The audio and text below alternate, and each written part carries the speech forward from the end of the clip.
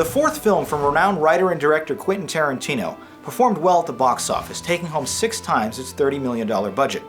The unique 4-hour story was originally set for a single theatrical release, but it was wisely decided 2 separate installments would be better.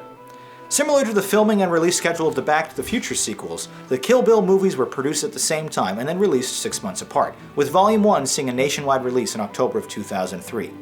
Left for dead after a failed assassination attempt, Uma Thurman stars as a vengeful bride who awakens from a 4-year coma and tracks down the team who betrayed her.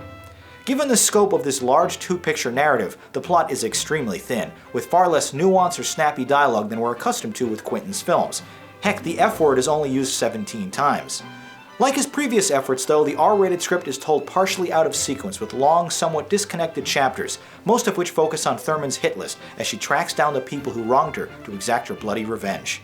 Uma is fantastic in the lead role, blending quiet determination and sex appeal effortlessly. She may be uncompromising and relentless, but she's a memorable hero all audiences will be rooting for. Vivica A. Fox, Julie Dreyfus, Lucy Liu, and Sonny Chiba are the more prominent supporting players, with the 3 women featured as unremorseful adversaries, and the latter as a skilled swordsmith. In the lengthy and very bloody climax, filled with fantastical stunts and goofy sound effects, Liu taunts her victim by asking, "You didn't think it was going to be that easy, did you?" Thurman quickly replies, "You know, for a second there, yeah, I kinda did."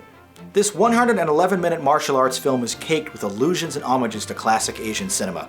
But since I'm not particularly familiar with that genre myself, a good deal of this picture's charm is undoubtedly lost on me. Huge passages are told in black and white, while another character's backstory is shown with Japanese-style animation.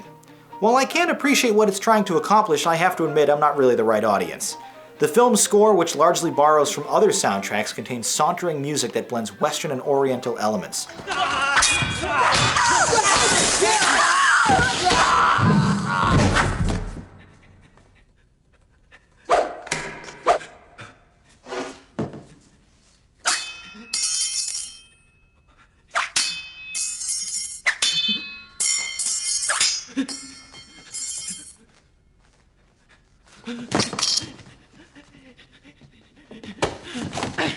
This is what you get for f***ing around with your cruisers! Go home to your mother! Heavily marketed as part 1 of 2, this might actually be the only example in cinema where a movie's title bears the numeral 1 when it's not a sequel, prequel, or a joke. So while it's hard to fault this movie for ending without a resolution, it should still function, at least in some respects, as a standalone feature, which it honestly doesn't. When so much time is spent on pointless gratuity, the end result is inexcusable. Pare down some of the ridiculous cartoon violence and combine both installments into a solid, well-paced 3-hour film instead. Unfortunately, fancy sword fighting alone can't sustain this simple narrative, even if they are hugely satisfying to watch unfold. Despite its flaws, this picture and its equally enjoyable follow-up are definitely worth watching, at least once, especially for less mature viewers and fans of Asian cinema. Kill Bill Volume 1 is oozing with style and entertainment, but is far too self-indulgent for its own good. Now let's read some of your reviews.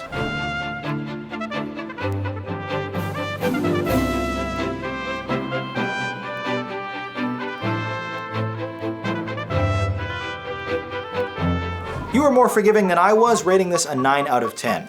Upon rewatching this movie, it did not hold up nearly as well as I remember, and I have to be honest, it's only a good film.